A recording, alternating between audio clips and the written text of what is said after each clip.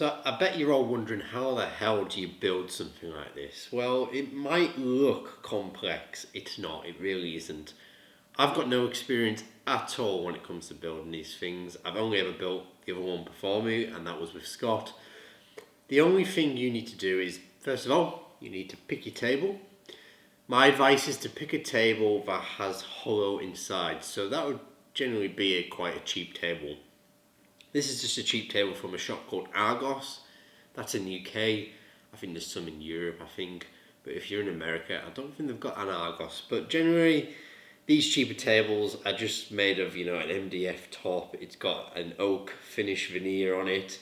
And yeah, generally, to keep the cost as low as possible, it's just a hollow inside. It's full of like a cardboard material, and that just gives it its strength. But we will be removing that material once we've got the actual screen in to actually obviously make place with the screen. Now you're probably thinking, well, that'll cause the table to collapse. It doesn't, because we're going to be adding support beams for this actual support mounts, not beams, just wooden strips to actually support this screen, as well as that adds strength to the actual overall table. And although you're removing the majority of the table strength, you're adding it later on by adding MDF strips of wood to actually add that strength back.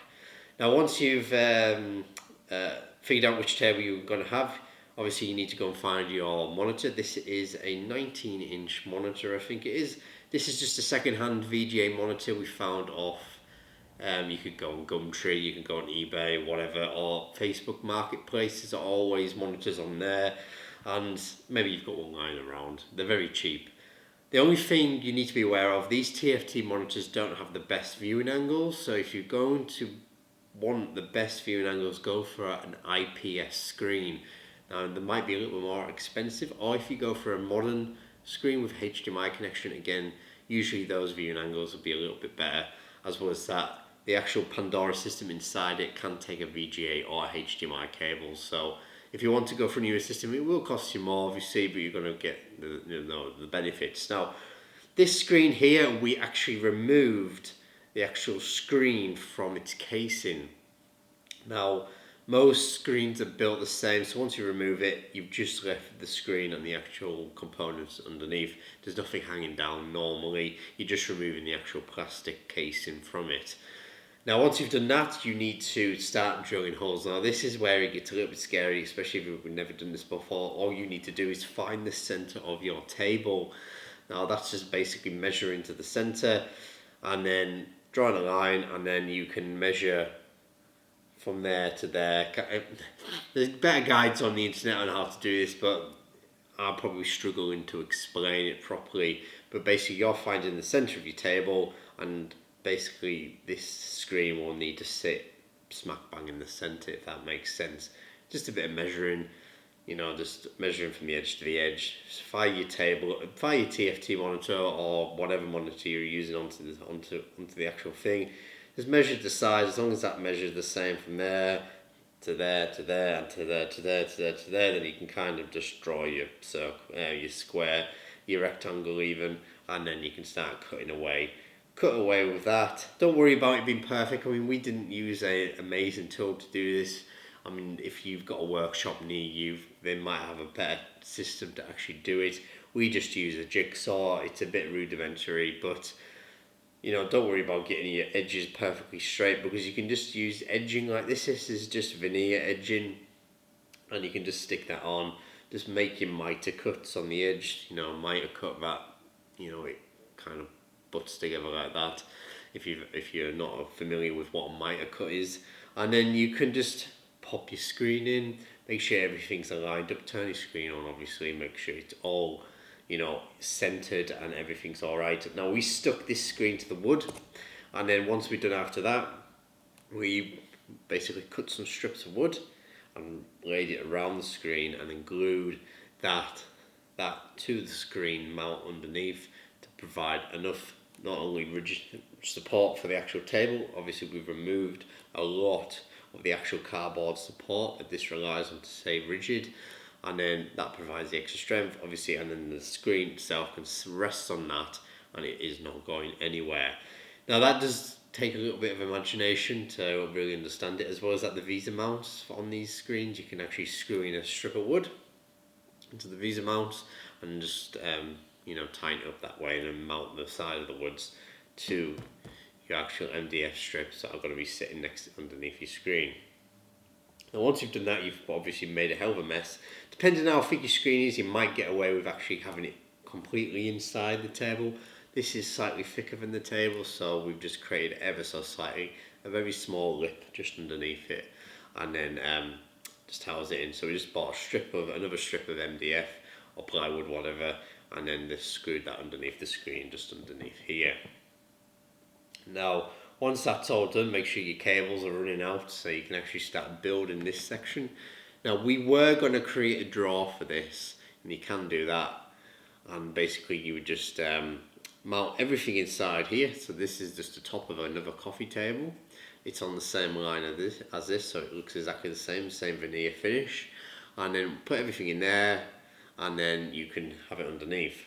Now we didn't opt for that option, purely because it was just going to take too long. We weren't really sure which way to go about it really. Next time we might do that, or we might create some sort of mechanism where it can just pull back under. I'd just like this on display at some point, and then have this be able to be pulled out. But for now, on this particular version, we haven't done that.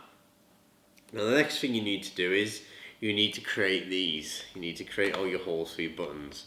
That's where it gets, you need to really pay attention.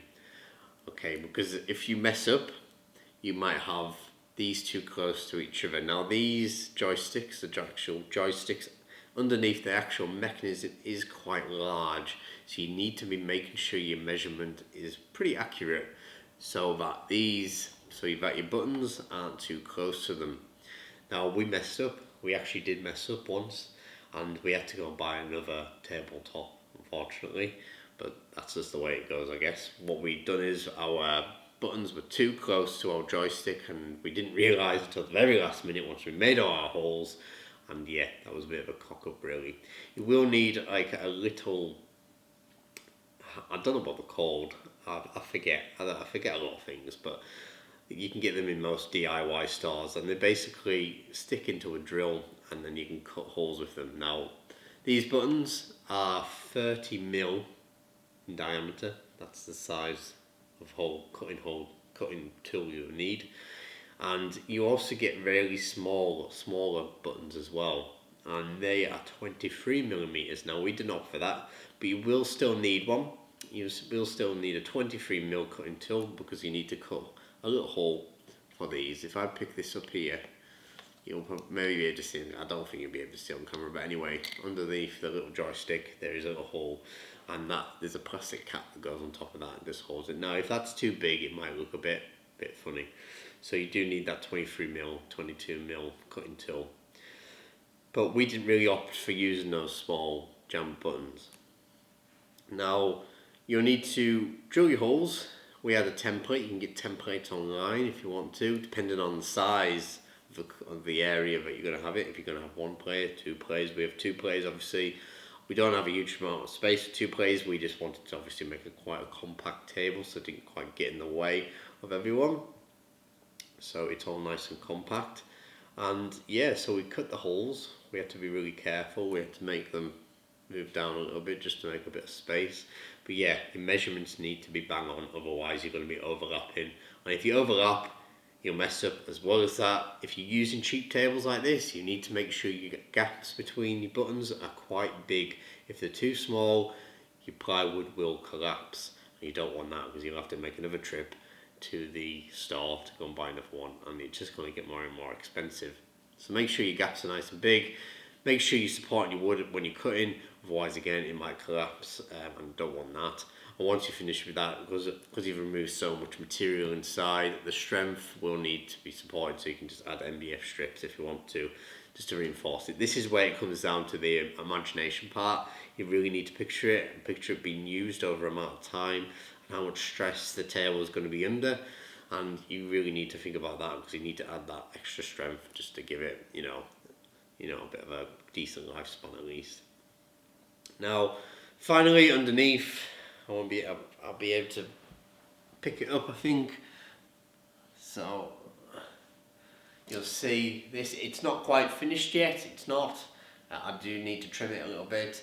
You'll see there's the LED strip for the RGB lighting, and you've got this black as well, and that's just to kind of finish it off, just to cover all the screws and everything like that, just to give it, just to finish off. You don't have to do that, but yeah, once you've done that, you just need to make sure that you're actually making your felt look neat and tidy. I haven't done that yet. I haven't got around to it, but when I get around to it, I will trim it up and make it look as pretty as I can. But basically, it's just there just to give the underneath a finish. You're not going to be looking underneath at all. You're just going to be looking at the top, really, so it really doesn't matter. Now, a few tips really is just to take your time with it. Really take your time, think about what you're doing. Think about which table you're going to be using, how you're going to use it. I mean, there's so many different types of tables out there. Cheap tables, expensive ones. I mean, you can get some really nice cheap pine tables. I'd like to have a go with a pine table at some point to actually try and modify that into one. See how that goes. There is especially a good one on Amazon at the moment for about 40 UK pounds, and it looks pretty nice. And I don't think I'll have to buy a huge amount of parts, etc., like MDF, etc., to support it, because it'll probably be strong enough anyway. So I hope that gives you a bit of insight into how to do this. You can buy the Pandora systems off AliExpress. You can or Gearbest or anything like that. You can buy them off Amazon as well. If you want the link, etc., I shall show you the link to the ones we're using. You can build these out of Raspberry Pi if you want to. If you prefer to go down that route, you can install Mame and stuff like that on the Raspberry Pi. You can use an official jammer board if you want to. Again, it's really just personal preference. At the end of the day, they're all emulators. It's all emulating a system that was, came out 30 odd years ago. So I don't care what everyone says, genuine, not genuine. At the end of the day, it's emulation. It doesn't really matter what you're doing, as long as the emulation is good and you're not playing any crappy bootleg games that come on some of these types of systems. This doesn't. This seems to have the majority of games that actually existed back in the day. Now the final thing we done was we added this acrylic top glass kind of thing. It's clear cast acrylic. If you don't know what that is, it's not actually glass. It's just plastic, but it's heavily polished on the sides. So if you go for this, make sure they're polishing it for you. Otherwise, it will look very, very rough. And finally, this is clear cast acrylic, so it's very, very transparent. It looks like glass, it shines like glass, and the great thing about it, it doesn't explode if you drop something on it, and it's very safe that way. And just make sure you get your countersunk holes on the sides here, and then you can just drill it into your top. Obviously, make sure your measurements are spot on for the table as well. And if you're buying a cheap table, don't just take the measurements that says on the advert. Do measure it, because it can vary ever so slightly. This varies about 3 mil from the actual stated advert. So if I'd bought it too short, it would have been short. It's overlapping ever so slightly. I did wanted it to have it just overlapping just a little bit. And yeah, it just makes it, just gives it that final finish, I think. If you've got any questions for me, please just let me know and I'll try and answer them for you. At the end of the day, these things aren't that difficult to make, but they can be quite tedious, especially when it comes to the wiring for the Pandora system, because you can never find the wiring diagrams for these damn things, and we just kind of had to guess using pictures from people who might be, putting their own guides together, and as well as that, a couple of pictures on the eBay listings about information what wire goes where, and even that didn't really tally with what we had. It was just a bit funny, but that's more to do with the Chinese copies of the jammer boards. The jammer boards you won't have to worry about, because they're fully marked and everything like that. And there we go. So I hope you enjoyed this video and gave a bit of an insight into how to build one of these things. Don't worry too much about it being overcomplicated. It's not really. It's just a matter of thinking about it. Just step-by-step process. Just take it slowly. Think about what you're doing. try not to make too many mistakes. We made so many mistakes, and one of the one was messing up that panel there because we cut our holes too close together. Just the little details, and if you can get past that, yeah, I think you'll be able to do it as long as you've got a bit of imagination, a couple of basic tools, and this cost us about £200 to build. I think that was probably a little bit on the high side. You could probably do it a bit cheaper than that if you just thought about it a bit more, and you just thought about your components. And if you've got a screen already, then that knocks off a few quid, etc. If you've even got a table ready to go, then again that knocks off a few quid, and yeah, you should be able to do it pretty cheap.